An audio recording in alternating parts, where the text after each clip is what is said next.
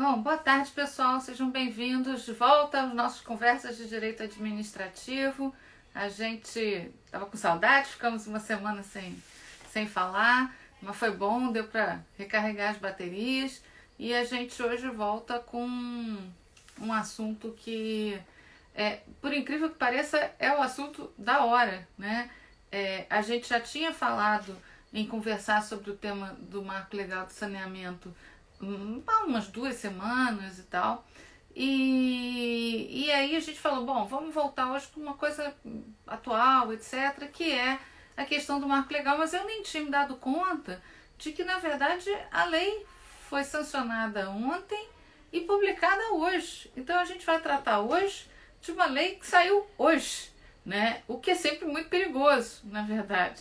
E aí então ontem já tinha, o noticiário estava inundado de informações é, relativas aos vetos que o presidente da República opôs ao projeto, e acho que são 12 vetos por aí, e o projeto, quer dizer, a lei 14.026, nós já estamos na lei 14.000, a lei 14.026 foi publicada hoje com estes vetos.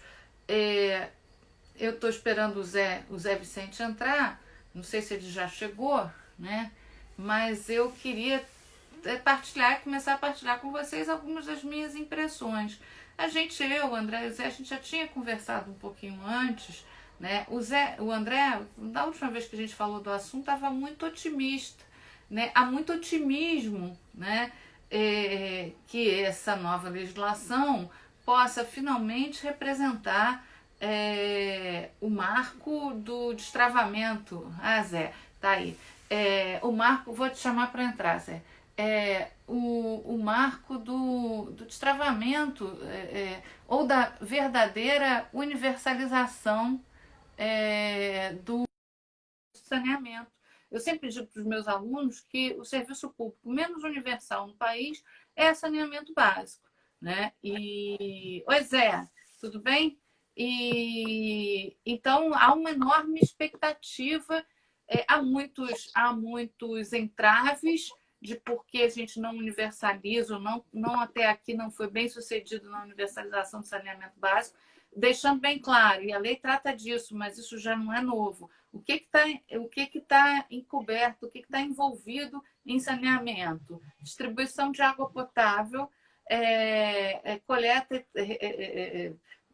e tratamento de esgoto, né? A gente não chama coleta, tem outro nome, mas captação e tratamento de esgoto sanitário, tratamento de resíduos sólidos, que é lixo, e águas pluviais, né? Manejo de águas pluviais, que são as águas que circulam na cidade, enfim, por exemplo, o exemplo de água de chuva que cai na rede que a gente chama de águas pluviais, as águas, digamos assim, não potáveis que circulam pelo espaço urbano. Isso é o que o ordenamento jurídico brasileiro engloba em saneamento básico. Mas, enfim, volto aqui ao que eu estava dizendo, que há muita expectativa, porque a lei, em princípio, mira no que é enxergado até aqui como entraves à efetiva universalização. A André já entrou também, a efetiva universalização. Mas aí eu vou começar, então, a partilhar com vocês. Eu fiquei muito mal impressionada com a lei, tá?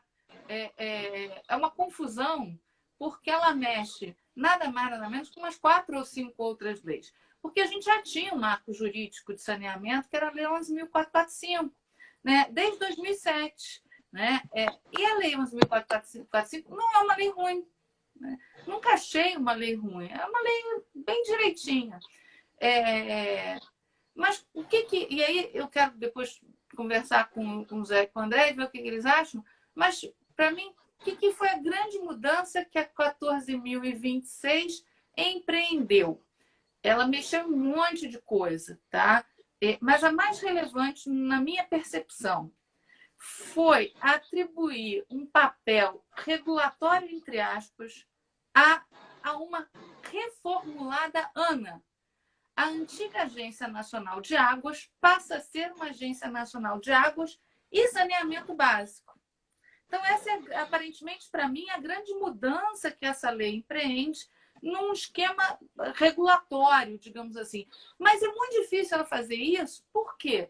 Porque a gente tem, e talvez a gente tem um grande problema, que não é um problema, mas é um problema, que é a competência municipal reconhecida pelo Supremo Tribunal Federal há um par de anos, diria uns 10 anos, mais ou menos, foi um assunto litigioso por muito tempo, até que o Supremo disse assim, não, a competência para saneamento básico é municipal. E toda a esfera de problemas que essa lei ataca, 11.445 atacar, decorre do problema dessa jurisprudência. O reconhecimento do saneamento básico no serviço de interesse local gerou todo tipo de problema jurídico que a lei agora quer atacar. Ou seja, a lei não diz que a ANA vai ser o ente regulador de saneamento básico, porque ela não pode dizer isso. Porque a competência de saneamento básico é municipal, sequer estadual é. E aí, o que faz a lei? Diz que a ANA vai estabelecer o marco, qual é a expressão da lei mesmo, Zé? Está aqui, um marco normativo. Vou abrir aqui. A lei fala que a ANA vai ser responsável. Vamos lá, a expressão que a lei usa.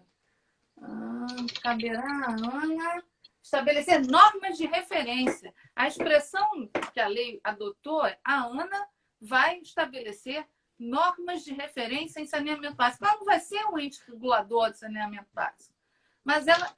E no que é normas de referência, na verdade, é um monte de coisa. Padrão de qualidade, regulação tarifária. Aparentemente, o legislador federal, e eu me lembro na época da 11.445 que a gente discutiu isso, por que você tem uma lei federal que trata de saneamento se isso é um serviço local? Teoricamente, a União não teria espaço. Mas se faz uma ginástica aí, a partir da Constituição, que diz que a União estabelece normas gerais em matéria urbanística, direito da cidade, e aí o saneamento vai nisso. No fundo, isso aqui é uma grande busca de segurança jurídica e de superar os entraves a esse grande problema que é essa competência absolutamente fracionada em matéria de saneamento básico que não compactua com a natureza do próprio serviço, porque serviço de saneamento básico é um serviço de infraestrutura caríssima e, portanto, financeiramente, economicamente, não tem como ser um serviço local. O argumento econômico inviabiliza essa prestação local que o jurídico reconheceu, né? Então, assim, para mim, e eu tenho outros comentários depois a fazer, mas eu não vou me estender porque eu quero ouvir o Zé e o André, e depois a gente volta para a miudeza de alguns aspectos que me parecem problemáticos. Para mim, o grande ponto dessa lei é essa tentativa de superar ou ultrapassar esse obstáculo da competência local, criando padrões nacionais para conferir maior estabilidade na delegação do serviço de saneamento básico. E outra coisa, eu li todos os vetos, não achei os vetos ruins, tá? Eu concordo com quase todos os argumentos apostos aos vetos, aos dispositivos vetados. Os dispositivos vetados, o que está sendo mais comentado ontem e hoje na mídia é o que veda a prorrogação dos contratos de programa, dos contratos vigentes, que eu acho que é isso mesmo. Olha só, você não pode manter esses contratos indefinidamente a bel prazer, senão você mata o marco legal. Eu entendo as razões, mas realmente eu não vi problemas em nenhum, não vi nenhum veto arbitrário, ao contrário, eu achei os vetos bastante bem fundamentados. Então, eu não sei se eles não vão ser derrubados por questões políticas, mas eu, do ponto de vista jurídico, achei os vetos bem postos. Seja bem-vindo aí. E aí, marco legal? Obrigado. Vamos lá. Eu acho, bom, o saneamento no Brasil é um desastre, né? Um desastre.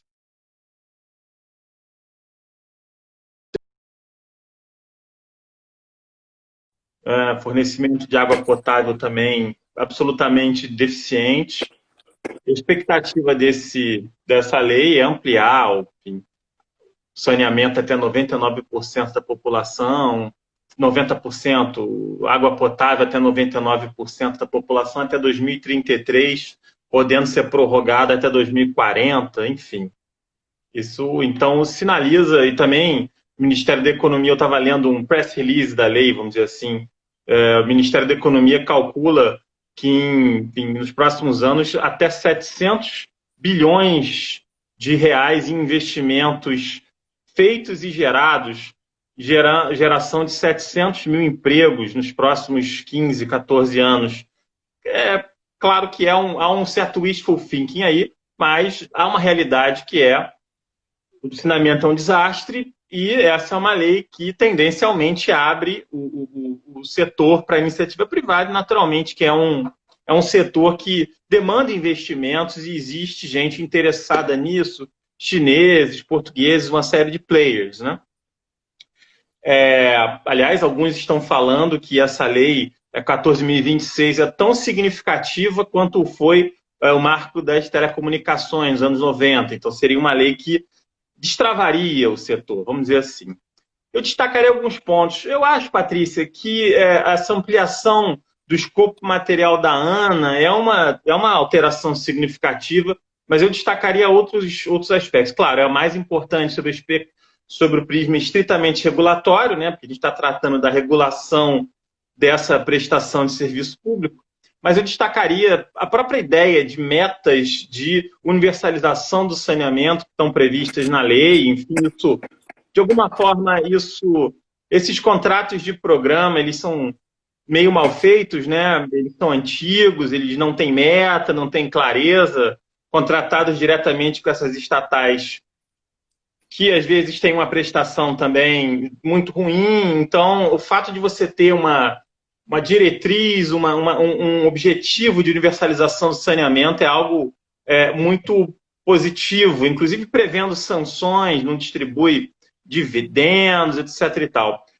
A outra inovação que também acho significativa, muito importante, é exigir licitação para essa delegação de serviço público, porque esses contratos de programa eles eram contratados diretamente com essas estatais. Esses contratos agora vão ser contratos de concessão e você vai ter que licitar. Então você vai ter concorrência, você vai ter metas, você vai ter um contrato. Claro, o contrato de programa é um vínculo contratual, mas a gente sabe que o vínculo entre a administração e uma estatal é diferente em relação a uma concessionária privada. Aliás, nada impede que uma estatal participe também dessas licitações, né? Sabesp, da vida, o que seja. Eu acho que eu concordo também com esse veto do artigo 16, se não me engano, que é o que interrompe os contratos de programa. Originariamente, a redação diria que esses contratos eles estão mantidos, mas eles têm que se adaptar às regras de universalização, etc. Só que aí houve o veto dizendo que não, isso vai contra o espírito da lei, que é ter contrato de concessão para todos. Eu estou de acordo com o veto. Agora, o que se fala, você mencionou, é que não seria uma questão estritamente jurídica ou de política pública, mas seria uma questão de política partidária, uma questão de que os governadores, as autoridades locais, especialmente o Norte e Nordeste, teriam negociado para a manutenção dos contratos de programa com as suas estatais. E a gente sabe Deus por quê, né? Mas, enfim, isso então o presidente da República não teria mantido esse acordo, portanto, vetado, e aparentemente esse veto do artigo 16 seria derrubado politicamente na Câmara e no Senado. Então você voltaria com esses contratos hoje em vigor, ainda que adaptados às novas metas, etc. e tal. O projeto permite uma coisa também, que é o caminho, inclusive que vai acontecer, enfim, aqui no Rio, que é a prestação regionalizada do saneamento. Então você cria blocos, que é Aliás, você falou a questão da competência, né? Competência estritamente competência municipal, mas aí então você tem estratégias, né? Região metropolitana, porque o investimento é muito alto e o saneamento é uma coisa que necessariamente se espalha territorialmente, né? Você capta a água do rio e da fonte de água lá, e o negócio vai para vários municípios. Aquilo não não fica encaixotado geograficamente no município A ou no município B. Eu acho que isso é um ponto importante, enfim. Eu também acho. Deixa eu comentar um dispositivo aqui que, nesse ponto específico, no artigo 7º da lei, em que ele altera várias disposições da 11445, uma coisa que está alterando o artigo 3º. Artigo 3º, deixa eu ver aqui isso. Artigo 3º, inciso 6, alíneas A, B e C da 11445. A criação aqui de poder, olha, prestação regionalizada, modalidade de prestação integrada de um ou mais componentes de serviço de saneamento em determinada região, cujo território abrange mais de um município, podendo ser estruturada em A, região metropolitana. E aí há duas coisas aqui que eu acho que são inovações dessa lei. Unidade Regional de Saneamento Básico. E aí diz assim, unidade instituída pelos estados, mediante lei ordinária, constituída pelo agrupamento de municípios, não necessariamente limítrofes, para atender adequadamente as exigências de higiene e saúde ou para dar viabilidade econômica e técnica aos municípios menos favorecidos. E C, bloco de referência, agrupamento de municípios não necessariamente limítrofes, estabelecido pela União, nos termos do parágrafo 3º do artigo 52 dessa lei, e formalmente criado por meio de gestão associada. Eu tenho que olhar isso aqui com bem mais calma, mas eu tenho umas dúvidas sinceras da constitucionalidade disso, tá? Se a gente já teve esse debate todo que a gente teve já sobre região metropolitana, imagina isso aqui. Lei ordinária e depois o bloco de município criado pela União, estabelecido pela União. Eu não tenho, por meio de gestão associada voluntária dos titulares. Eu acho que o bloco de referência tem essa questão voluntária que facilita, mas o Unidade Regional de Saneamento, lei ordinária, eu sei lá, eu não sei, depois a gente vai ouvir o André, isso aqui foi um dos pontos que eu fiquei mais assim, eu sou até, entre aspas, por tudo que eu já acompanhei da dificuldade da região metropolitana e de toda a problemática do saneamento básico, que eu já acompanhei em vários casos concretos, e sei da enorme dificuldade que os municípios têm para isso, lixão, por exemplo, resíduo sólido é um desafio gigantesco, em nível municipal quase insuperável, dependendo do tamanho do município. Municípios pequenos não têm a menor condição de fazer tratamento de resíduo sólido, condição econômica de fazer tratamento adequado de resíduo sólido fora lixão, porque não dá para você imaginar um aterro sanitário com todas as normas em cada município, porque não tem escala econômica para isso. Então, lixo é um desafio gigantesco. Então, eu que já acompanhei em muitos casos concretos os problemas disso, acho que os esforços são mais do que louváveis, mas há obstáculos jurídicos que me parecem assim, muito difíceis de superar, né? Enfim, então a lei está fazendo um esforço, mas se isso vai rolar ou não, me desculpa, eu te interrompi, mas é que eu achava que esse ponto aqui era bem relevante. Mas eu acho essa sua observação que toca com a questão federativa, que se conecta, inclusive, de forma mais exemplificativa com o seu comentário macro em relação à competência para o saneamento, super arguta. Acho um outro ponto que eu destacaria da lei, o fim dos lixões. Você tem novos prazos para o fim dos lixões. Um artigo lá no final da lei fala até 31 de dezembro de 2020 para capitais e regiões metropolitanas e até 2024 para cidades, municípios, né, com menos de 50 mil habitantes. Esses prazos são difíceis de serem cumpridos. A lei ampliou, deu mais prazo, em última análise, né?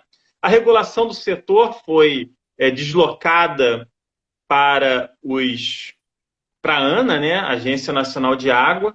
Hoje ela é feita por agências estaduais, municipais, enfim. E essas são as principais, eu destacaria, esses são os principais pontos da lei, né? Enfim, a questão da regulação, o fim da exigência de licitação, exigência de universalização, a questão da prestação regionalizada e a questão dos lixões. Eu acho, agora, indo para a questão da competência, né? Você destacou a questão da competência. Patrícia, não é de hoje que o legislador federal, com razão talvez, se ressente, desconfia da qualidade dos entes infranacionais em relação à regulação, até a qualidade técnica das legislações. Ainda mais uma matéria que, por definição, ela se espraia territorialmente, como saneamento, você tem que criar bypasses institucionais, vou usar uma expressão aqui da Mariana Mota Prado, bypasses legislativos até, você cria categorias para você contornar essa competência municipal. Então, você cria ou instrumentos institucionais, região metropolitana, então a lei criou unidade regionalizada, ou cria o ornitorrinco federativo, qualquer que seja.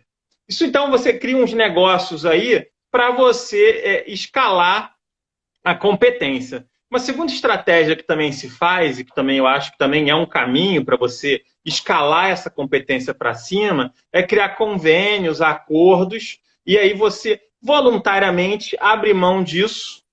Então, você faz uma espécie de... você abre mão da sua competência em troca de alguma coisa.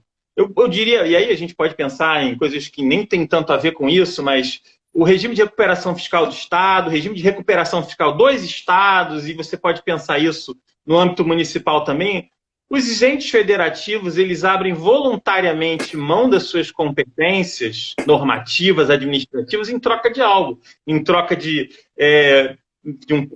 um atraso na cobrança de dívidas, etc. e tal. Então, eu acho que está surgindo, aos poucos, uma compreensão muito mais flexível em relação à competência normativa e administrativa dos entes federativos. Isso considerando a circunstância de os entes infranacionais terem uma gestão muito ruim, muito pouco profissionalizada, muito desigual, na verdade. Eu acho que você tem bons exemplos, mas o Brasil é um país de dimensões continentais e, portanto, você tem uma desigualdade que gera problemas, não atrai investimento, aí você cria esses negócios.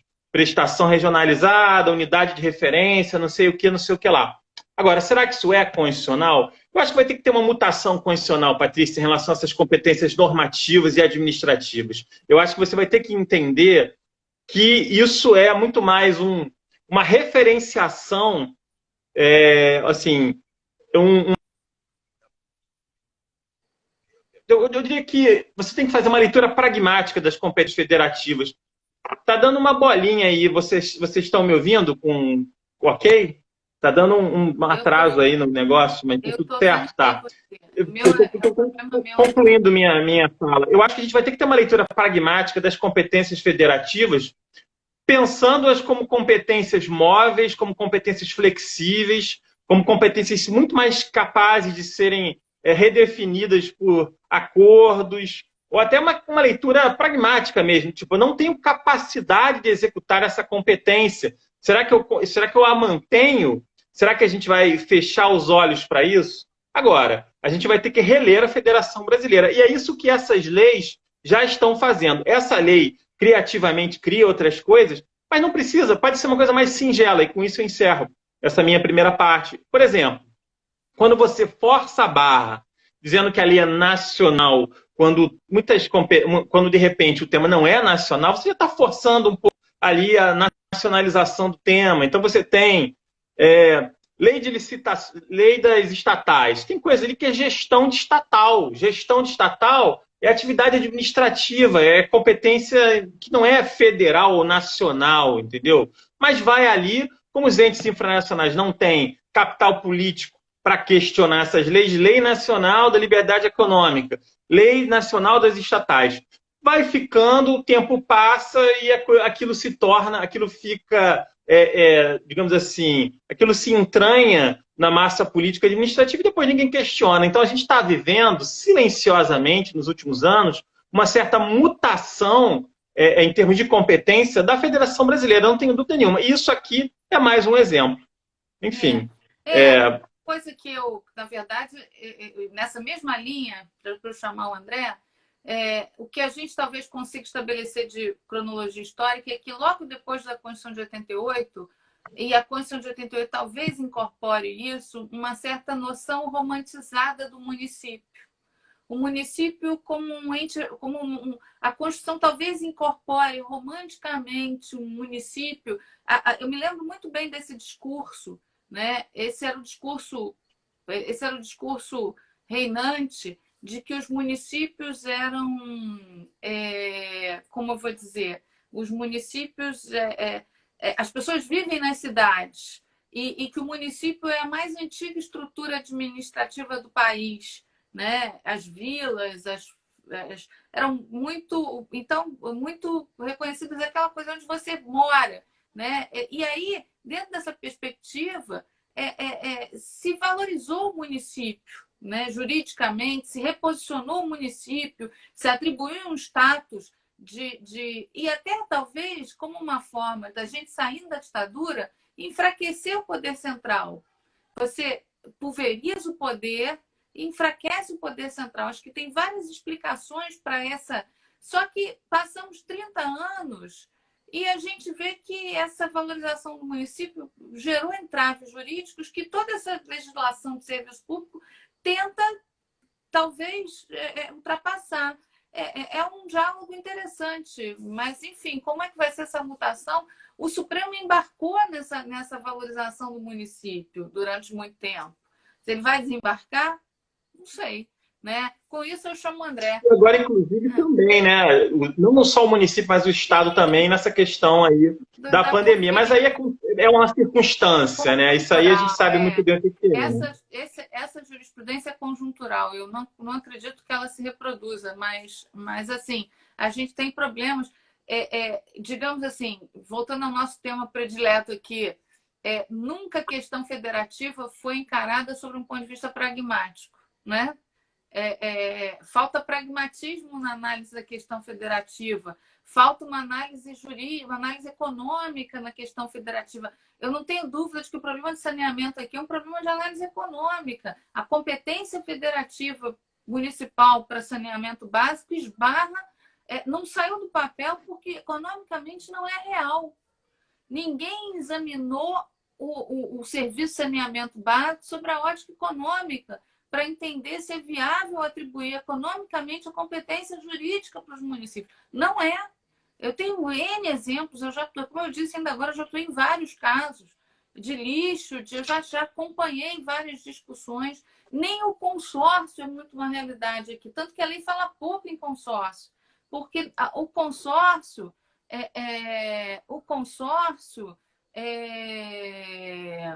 ele é difícil de implementar. A lei menciona, mas ela apostou mais nessas coisas novas aqui, porque até o consórcio é difícil. Vou chamar o André aqui para a gente ouvir. André, cadê? Eu só falar uma coisa em relação ao município. Tem um colega meu que hoje é procurador do estado da Bahia.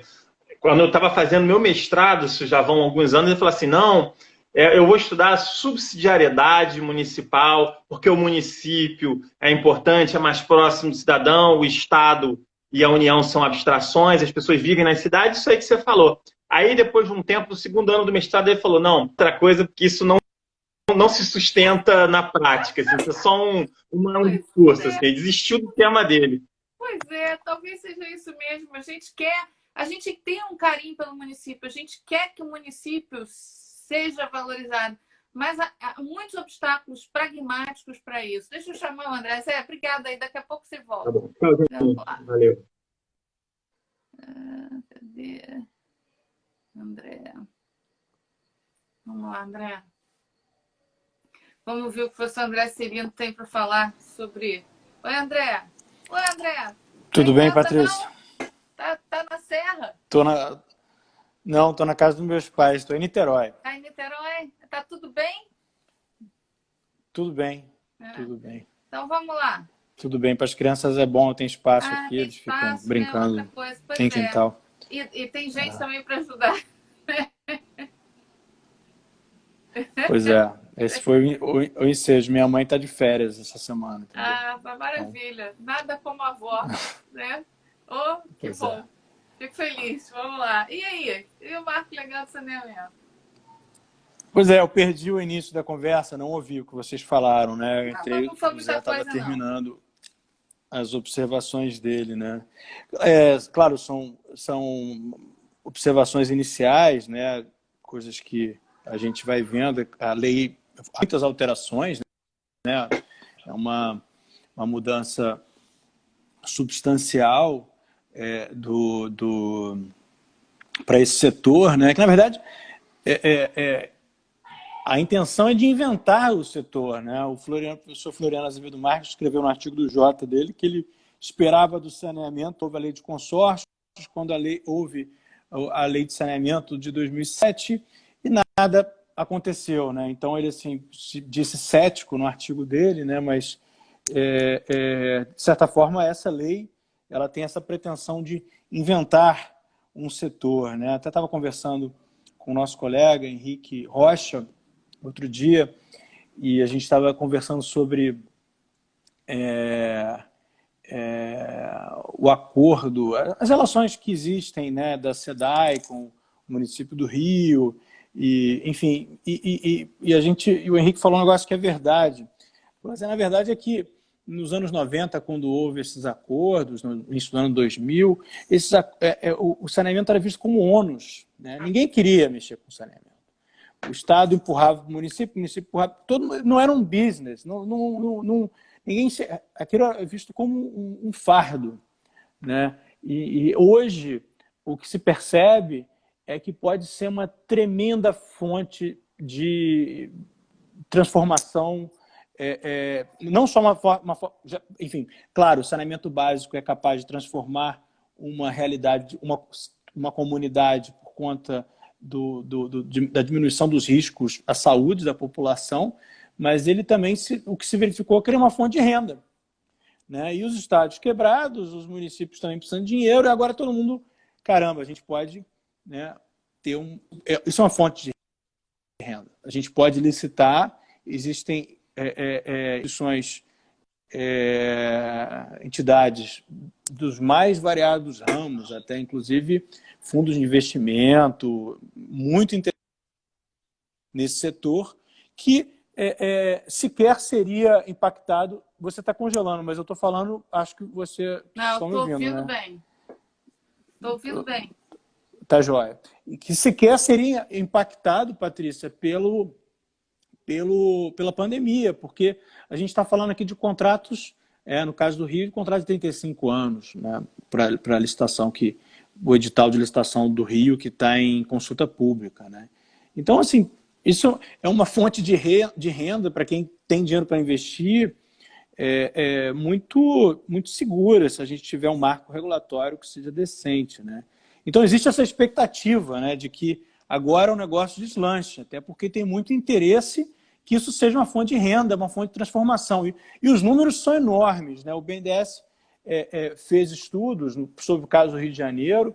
Eu sou muito ruim de decorar dinheiro, mas os números, assim, a quantidade de dinheiro que se espera que circule no Rio de Janeiro por conta da privatização, da desestatização, né, no Estado, e que pode se replicar em outros lugares, é muito grande, né? Os investimentos são brutais, né? A expectativa, e agora com a expectativa de universalização, né? Imagina, se até 2033, como que é a lei de saneamento, né, e o contrato do Estado do Rio de Janeiro também não é muito diferente, o que está em consulta pública, né? É que até 2033, 99% da população do Brasil tem água e 90% tem esgoto. Caramba, né? Hoje eu dei um Google que é rápido, 48% da população só que tem saneamento, né? É muito pouco, né? Mas, André, metade da população.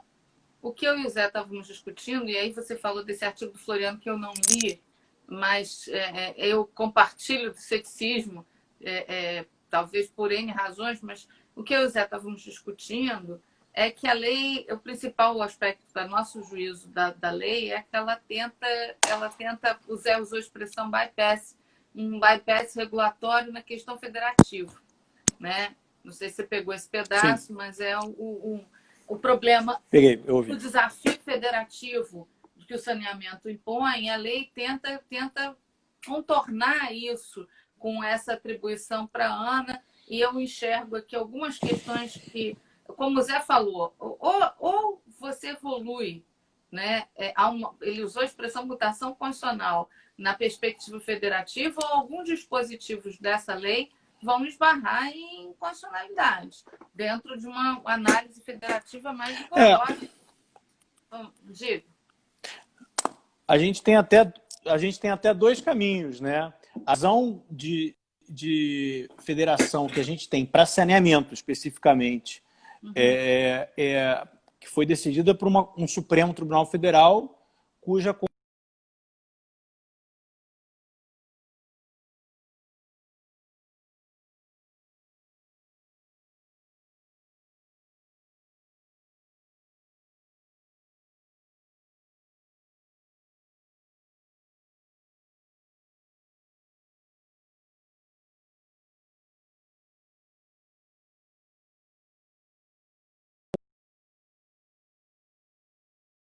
façam essa mutação, né? Então é possível que você rediscuta a questão da competência municipal, tá, Patrícia? E assim, essa questão da análise econômica é perfeita, assim, que foi o trabalho do Carlos Ragazzo, né, o livro dele, que na verdade eu falei para ele que eram 2 livros, né? O primeiro é um livro de teoria de regulação, um livro sobre regulação do saneamento, né? Bem com essa pegada de análise econômica do aspecto federativo. Eu acho que pode ser que o Supremo mude, né? A gente tem uma nova composição, daquele tempo, eu acho que só tem Celso de Mello. Quem mais? Não sei, ter que checar. Mas, enfim, mudou muito, né? Tem um Supremo completamente diferente, e isso pode ser revisto. E pode ser nos embargos ou pode ser numa nova ADIM contra essa lei, que tem altíssimas chances de ser atacada no Supremo Tribunal Federal, né? Como só ia acontecer. Tudo que a gente não precisa é uma outra litígio de mais 10 anos, como foi aquele da região metropolitana no Supremo sobre a constitucionalidade dessa lei, né? Matar o... Mas o Supremo agora está muito rápido. O Supremo está, plenário virtual bombando, né? Então, está muito rápido. Então, pode ser que isso seja diferente com o plenário virtual. Mas, enfim, eu vou falar minha impressão assim, da lei, né? Primeiras impressões, né? Além dessa ambição, né?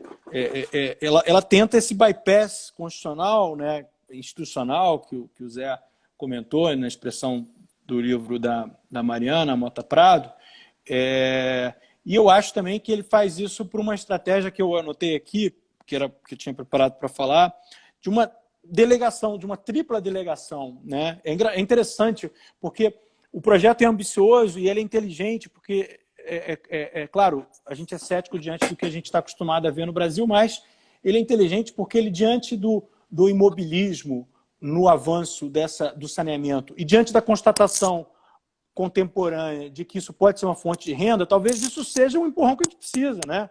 Porque tem dinheiro envolvido, pode ser que o negócio ande. Quando tem dinheiro envolvido, o negócio pode ser que ande. É uma delegação. A lei, ela estimula de forma muito incisiva a delegação do serviço público, natural, para que haja concessões desse serviço público. Ela estimula que haja... Deixa eu voltar um pouquinho. Ela estimula 3 níveis de delegação em razão da ineficiência e incapacidade que o ente público municipal, estadual, região metropolitana, estou pensando aqui no histórico, desde o Planasa,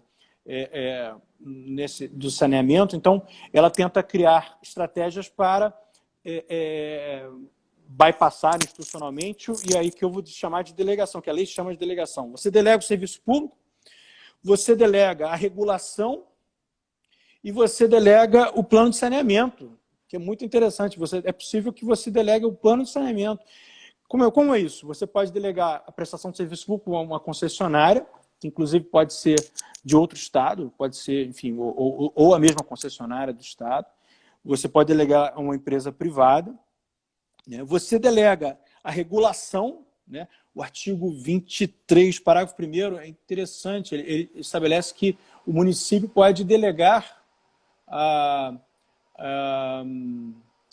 regulação da prestação de serviço público de saneamento básico, eu estou lendo, poderá ser delegado pelos titulares a qualquer agência, a qualquer entidade reguladora. E o ato de delegação explicitará a forma de atuação e a abrangência das atividades a serem desempenhadas pelas partes envolvidas. Isso aqui pode retirar um conflito de interesse, tipo, por exemplo, algum município que quer ser regulado pela agência de outro estado. Tem alguns condicionantes, né? E é necessário que todas as agências estejam seguindo as normas da ANA, que também pode ajudar a mitigar esses conflitos de interesse entre Estado e nessa. Esse é um outro bypass institucional. Você, olha, eu não tenho condição de regular, eu vou delegar essa regulação, né? No caso do Rio de Janeiro, já era possível essa delegação pela lei da Genersa. Ela prevê explicitamente que os municípios podem delegar a ela a regulação dos serviços públicos municipais. Né? É possível, já era possível. Basta a celebração de um ato que formalize essa transferência. E eu acho que a ideia da lei é realmente, olha, eu não tenho condição de tomar conta disso, eu delego. Eu não tenho condição de prestar o serviço, eu delego. Eu não tenho condição de regular, eu delego. Eu não tenho condição sequer de fazer o plano de saneamento. Aí eu delego. Né? Dentro da ideia de você build and... Como é que é aquela expressão em inglês que a gente usa para... o build to suit. Que você faz, você transfere até o plano de saneamento. Né? São uma série de bypasses institucionais para que você faça com que o negócio decole. Né?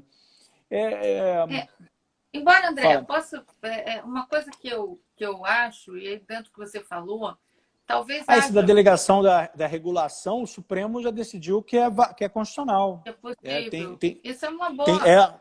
Tem um precedente do Supremo. Isso é bom. Isso é uma coisa que se queria que o consórcio fizesse. O consórcio era muito complicado, não deu certo. O consórcio da Lei 11.447, eu acho, não deu muito certo. Mas 407, eu acho. Mas deixa eu ponderar só uma coisa que eu não sei. E aí, assim... vamos lá, o serviço é rentável, e até a lei fala um pouco disso, subsídio cruzado, etc. Esses serviços são rentáveis em muito poucos lugares. A gente tem que imaginar que o Brasil é um país muito pobre. A maioria dos municípios não tem condição,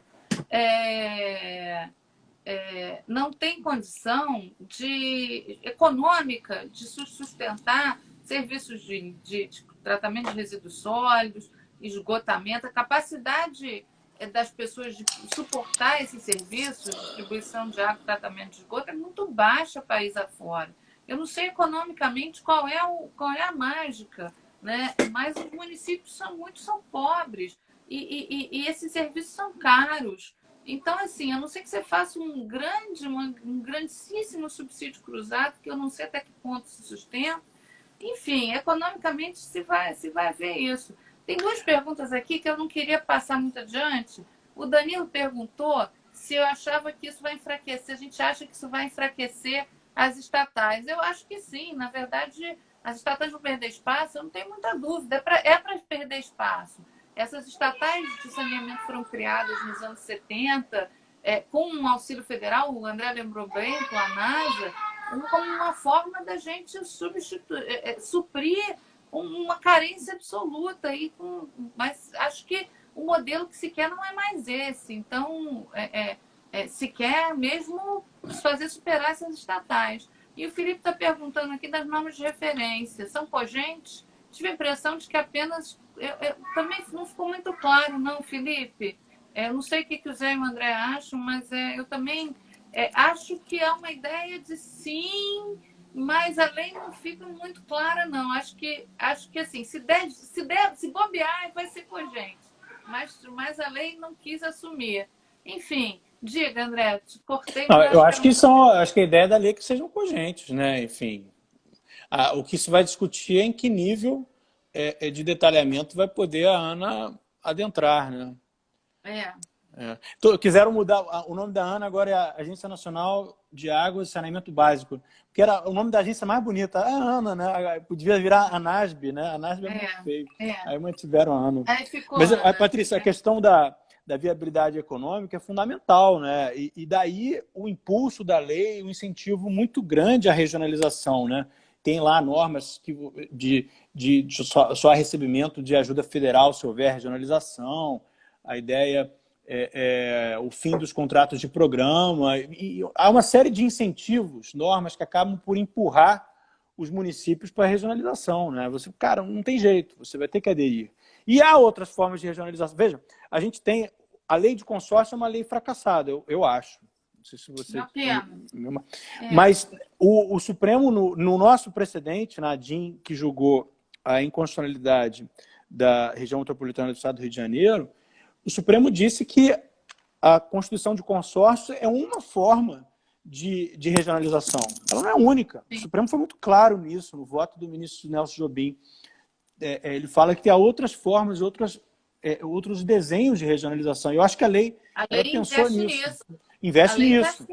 Esse é o modelo que está em consulta pública no Estado do Rio de Janeiro, Patrícia, tá? Em que municípios que não são da região metropolitana estão aderindo ao projeto, estão ingressando nos blocos que vão ser licitados por meio da celebração de convênios. Eles não entram, eles não são da região metropolitana, estão aceitando submeter as normas da região metropolitana e a regulação que vai ser instituída, que vai ser delegada pela região metropolitana e por esses municípios a agência estadual, né, que agora vai ter que seguir também essa regulação federal. Você chegou a fazer algum juízo sobre essas figuras dessa unidade regional de saneamento básico e esse bloco de referência aqui que a lei cria? Eu acho que essas duas figuras têm assim, muito difícil. Eu acho que são uma boa ideia, mas assim, se a gente já teve tanta dificuldade com a região metropolitana lá atrás, o que fará com essa unidade regional de saneamento básico aqui? E o Supremo disse que é imprescindível a participação dos municípios no âmbito da região metropolitana. O mesmo raciocínio se aplica aqui, que aí você vai ter que criar mecanismos de participação, né, da região metropolitana. Né? Eu tô trabalhando muito na desestatização do Estado, né? Então se previu que não só a região metropolitana é um fórum de deliberação em que os municípios têm participação e votos proporcionais às suas populações, mas se previu também o conselho dos poderes concedentes, né? E você vai ter lá a possibilidade de participação dos municípios. Isso gera um custo de transação brutal, né? O custo de transação disso é enorme, de como que você coordena tantas unidades federativas com interesses diversos por tanto tempo, né? A gente está falando aqui de décadas enfim, eu acho que a decisão do Supremo foi infeliz. Acho que a competência tinha que ser estadual. Acho que a competência tinha que ser estadual. É o que a gente falou no início. A gente estava falando dessa visão romântica do município e que não é pragmática e, portanto, acaba que esbarra em muitos problemas jurídicos, muitos desafios que isso cria, né? Enfim, acho que eu vou chamar o Zé para concluir aí, para ver o que mais. Você tem alguma outra observação? Acho que esses são as Não, era nossas isso. São as minhas impressões iniciais. Primeiros sentimentos, né? Eu acho que muita água vai rolar aí embaixo desse marco regulatório de saneamento aí. Acho que a gente quer. Eu acho que a gente é meio pessimista, mas eu acho que a gente quer que o nosso pessimismo não esteja errado. Pelo menos o que eu acho mais assim, bacana desse movimento, Patrícia, é que realmente se começa a enxergar isso como um business com incentivos suficientes para que a iniciativa privada realmente tenha condições de obter algum tipo de retorno, entendeu? E o BNDES tem sido capaz de fazer desenhos que são economicamente viáveis. Tá? Então, por exemplo, está acontecendo no estado de Alagoas, vai acontecer no estado do Rio e vai acontecer em outros estados. Né? O modelo do estado do Rio, Patrícia, tem outro elemento interessante, já que eu estou falando tanto disso, é que o estado do Rio ele vai funcionar como uma espécie de mandatário. Né? O estado vai assinar em nome dos poderes concedentes. Como forma de coordenação. Entendeu? Ele não é poder concedente, ele vai repassar as outorgas, né? Ele vai ser remunerado por isso, mas ele vai fazer essa forma de coordenação. Né? É um desenho institucional que a Mariana poderia chamar de um bypass institucional, mas é um desenho muito interessante que vai ao encontro da lógica de que existem outras formas de cooperação interfederativa que não somente o consórcio, né, como decorre do artigo 241. Era isso. Então, Boa noite para vocês. Tchau, gente. Chamar o Zé aqui mais para a gente concluir, então. Zé, cadê você? Vamos lá. É isso. Acho que são as nossas primeiras impressões, né, de são as nossas primeiras impressões de uma lei que é muito grande. Acho que eu já falei aqui, o ideal de leis novas é que elas sejam objetivas, curtas. Eu não sei, tá aqui, Zé, eu não sei, sinceramente, se não era melhor o legislador, em vez de ficar alterando leis para trás, consolidar tudo. É uma confusão danada aqui. Eu fui lá na 11445 e aí você vê uma parte enorme da lei revogada por essa, dispositivos com nova redação. As leis vão ficando muito costuradas, é muito difícil para o intérprete, para o aplicador fazer, enfim, construir esse sistema. Consolida tudo. Por que não se consolidou? Enfim, não gosto da técnica legislativa usada aqui, acho que uma má técnica legislativa, você não vai contra a clareza. Aquela lei das leis lá de trás já era, ninguém observa nada. Para a gente concluir, Zé, estamos acabando aqui. Deixa eu só avisar o pessoal. A partir dessa semana, as conversas vão ser uma vez por semana só às quintas, tá? A gente está com um monte de retornando quase tudo das nossas atividades. Então, eu, Zé e o André, combinamos que a gente fará as lives às quintas. E a gente ainda vai estudar. Eu estou tentando, alguém me perguntou isso, eu vou tentar que a gente migre para uma plataforma que faça no YouTube ao vivo, tá? Mas a gente avisa, tá? Assim, se a gente conseguir migrar e finalmente fazermos os 3 ao mesmo tempo, que será uma evolução do Conversas, a gente avisa, mas eu quase fui hoje, mas eu não consegui fazer toda a etapa ainda, sabe? Eu sou bem lenta com essas coisas. Mas para concluir, Zé, marco legal de saneamento, sim, não, bom, ruim, vamos lá.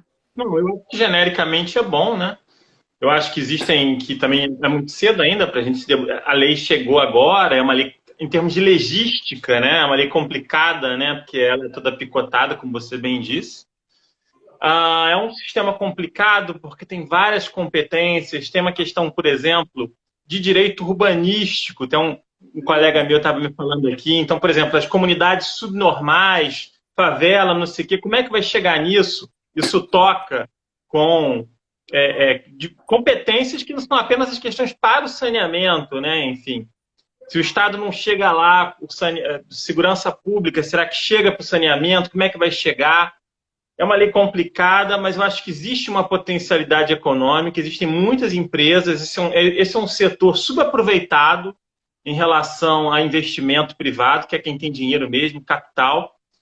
Eu acho que há razões para se estar cautelosamente otimista, porque é uma lei que se inclina, as inclinações, se inclina num bom caminho, né? Ou seja, é uma lei liberalizante, é uma lei que dá mais segurança jurídica, é uma lei que estabelece metas de universalização da prestação, enfim, coisa que esses contratos de programa não tinham de forma muito clara, né? E quando tinham, era absolutamente capturado, né, pelas elites locais, etc. e tal. Eu acho que você escalar isso para a Ana é positivo. Vamos ver se ela vai ter capacidade de regular isso, né? Porque é muito complicado.